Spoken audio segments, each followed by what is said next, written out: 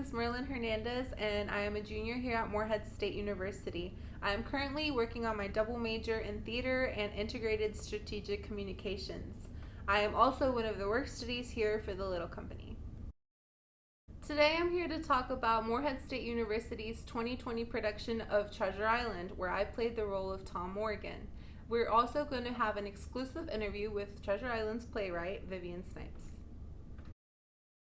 Treasure Island is a play about a young Jim Hawkins who is the son of an innkeeper, where one day he is met with an old sailor who runs from his former shipmates, where he finds this mysterious secret Treasure Island map that will lead him into an exciting adventure of a lifetime, with gritty, exciting, fun new adventures in his journey to adulthood. Treasure Island was just as much as an adventure to put on as it was to read. We all know with the global pandemic going on, it was very difficult for artists around the world to continue doing what they love. But alas, with creative problem solving skills and critical thinking skills, we were able to meet our goals. We managed to do a paper theater version and an outdoor theater version, and we could not have been able to have this success without the help of our guest designers, our director, tech crew, and our special playwright, Vivian Snipes. At the end, we had a very successful outcome. Miss Vivian knew in 6th grade that she wanted to work in theater. In high school, she announced that she would go straight into work, and she worked for the Library Theater in Washington, D.C. for a few years. But a little bit later, she met the love of her life and married Larry. She only planned to stay 3 to 5 years when they moved to Kentucky. Now here she is 40 years later as part of the Little Company crew and as a playwright to many works.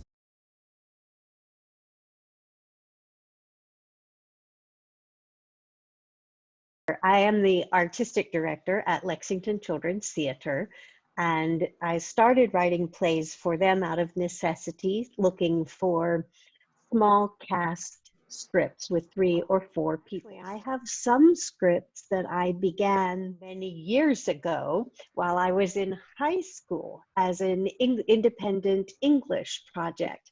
I started an Alice in Wonderland at that point and a Treasure Island actually at that point. And the play that the Little Company of Morehead State University just put on, about 6 iterations of that particular script down the line. But I don't think of myself as a playwright. I think of myself as a rewriter or a director. I am much better at thinking of it in those terms. I write more out of necessity than out of a massive love to write, but I do have a love of language.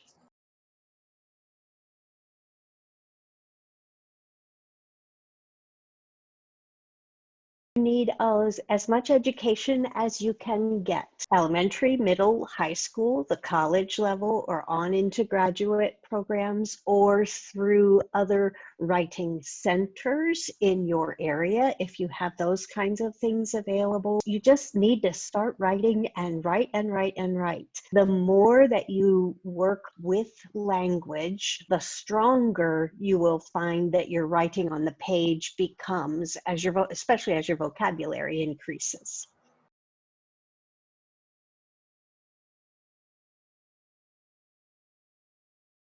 In this particular version for the Little Company, took on the initial pass, because I actually rewrote it twice for redivision of who said what lines. And since we knew this was also going to be part of the toy theater, it meant that as a playwright, I wanted to go through and make sure that at the start of each scene, each character's name was mentioned in some way, shape, or form, so you would know who was on the stage. So I was doing 8 hours a day, 6 to 8, depending on whether my dogs needed a walk or not. And probably about a week each time. So probably 2 weeks total to get to where we finally ended up as a script. And then as you guys went into rehearsal, because you played a character in the show, did you not, Merlin? I did. I played Tom Morgan, and I enjoyed it so much. And you were lovely doing it. But even as you guys went into rehearsal, Octavia, the director of the production, and I kept looking at the text and seeing if there were any minor adjustments that needed to be made in any way. And that was maybe a half day of work that we did total over the whole process.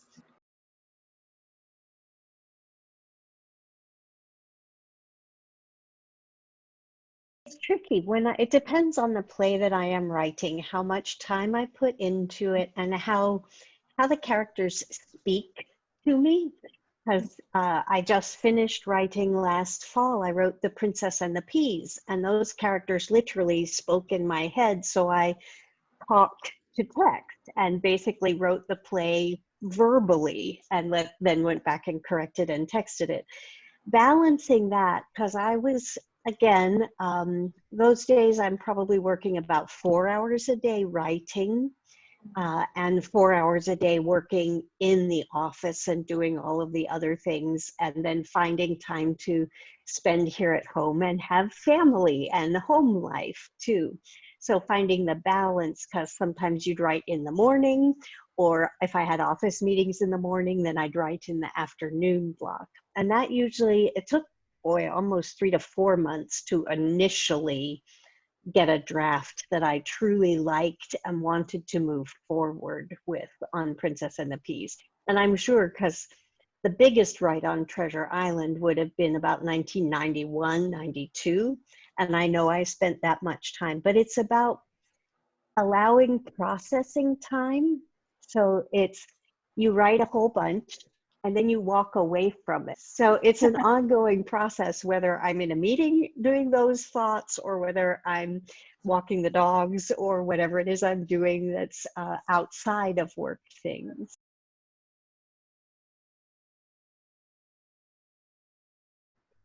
The characters have to undergo a change.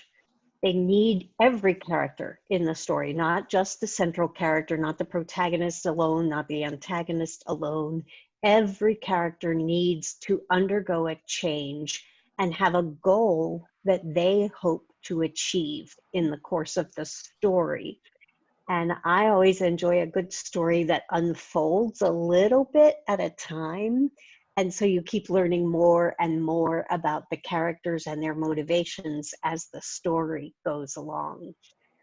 And then for me, it's active language in what the actors, the characters have to say.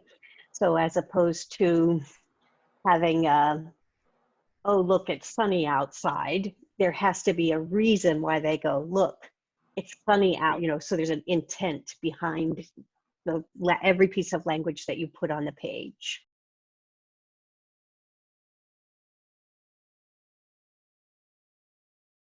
I wanted to be a horse trainer. I was what, 7, 8, 9, that age. I am a teacher. As an artistic director for an organization, I get to spend a lot of my time teaching in the rehearsal room or when I'm working with designers. So I guess I've achieved that dream. And even as a playwright, I'm still a teacher in the way that I am shaping the craft of the story and asking each of the actors to find the motivations behind the language.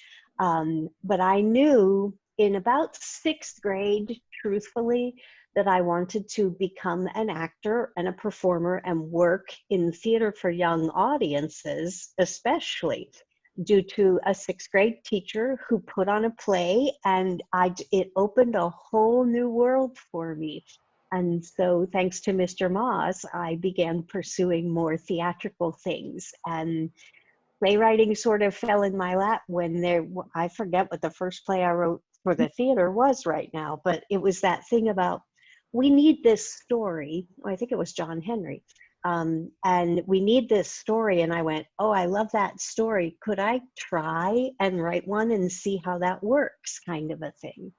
And so I've just been slowly but surely developing those skills over the years as I continue to write.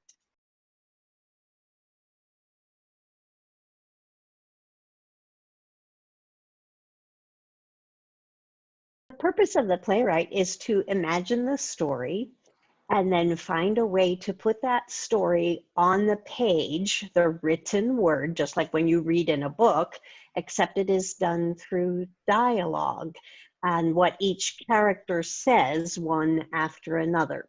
So that's your challenge as a playwright, is to find the active language that helps move those characters forward logically through dialogue and tells the story that you've imagined in your head and gotten it onto the page in some way, shape, or form. It's why I love like the first read of a story, when like for instance, the first night we gathered to read Treasure Island, that's always very telling for me, listening to the intent that the actors have in that moment, because then I know, did I actually put on the page what I intended to have on the page when I hear somebody else's voice instead of the voices inside my head that have been there as long as I was writing the play.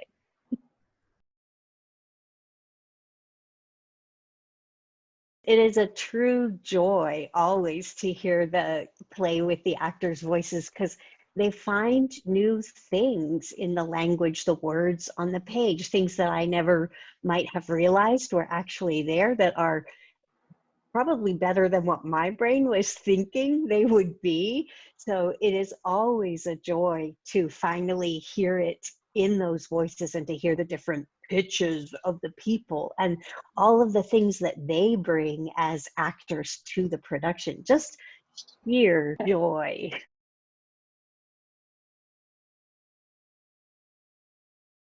I truly love Blind Pew.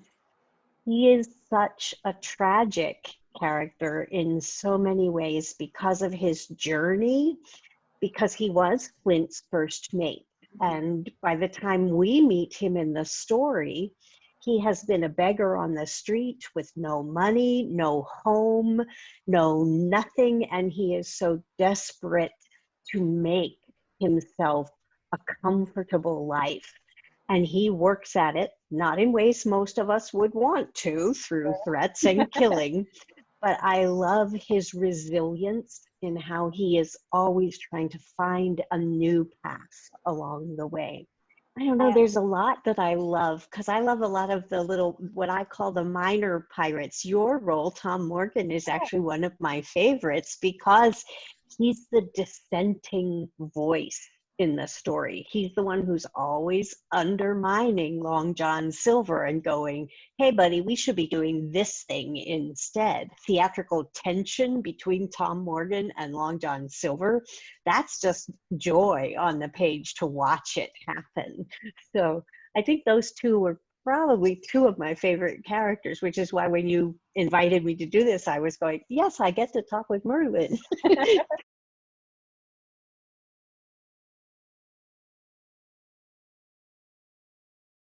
I think the difference comes from creating, I think of the play as having been created 3 times. One as the audio recorded for the toy theater piece, the toy theater piece itself with all of its photos that are moving against that pre-recorded storyline. And then of course your fully staged production done down on the ropes course at Morehead State University. And so that's, it is fascinating to watch the same words in 3 different ways and to hear the small, because they were minor, variations in intent in each of the versions that needed to be presented. It affected the writing, as I already mentioned, only in that for the toy theater, I had to make sure that we all said our names so that we would know who was speaking, kind of a thing. But in all honesty, it's a thing I really like, and I will probably leave in the play for the next time that I do it. You know, that's part of the fun of adjusting, because I did do some rewriting and found more direct purpose for the story this time, adjusting to do your duty and do what you need to do in order to take care of those around you. So we had a lot of those little changes in the text, which happened between toy theater and live theater in some ways. I got them in right before you guys recorded toy theater, though.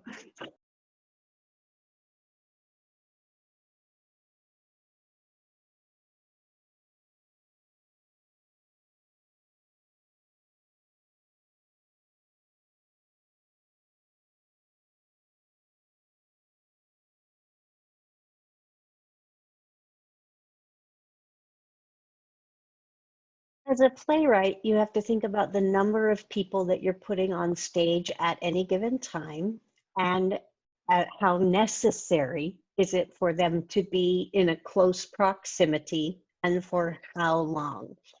I know that your production, because Octavia and I worked on developing a lot of your safety protocols because we were developing them at our theater at exactly the same time. So she and I would have conversations about what do we do? What are the best, safest ways to keep everybody healthy? But from a playwright perspective, because that's why we had two rewrites on your play. Initially, we thought we would cast with only 6 or 7 actors so that we could keep everyone physically spaced on stage and not have them in a close proximity. And then as we got further in and CDC guidelines adjusted slightly when we were learning that, you know, as long as you were masked and you could be within each other's personal space for 5 minutes or less kind of thing, it was a lot, but we added a lot of characters back in that we had originally taken out. So as a playwright, it's thinking about number of people on stage, how close do they have to be, and for how long. You've seen many theaters, well, not many, because not many are creating theater right now, but those that are usually doing one-person shows or 1 or 2-person shows where they can be very safe in their distance from each other on stage. So those, from a playwright perspective, as you're writing, it's thinking about those things, or thinking about there's a lot going on in the world that is being created with family pods actually creating theater. So writing plays that can be done by families at home in, you know, takes place in your living room, takes place in your kitchen. So think about who and where your actors are and what helps keep them safe.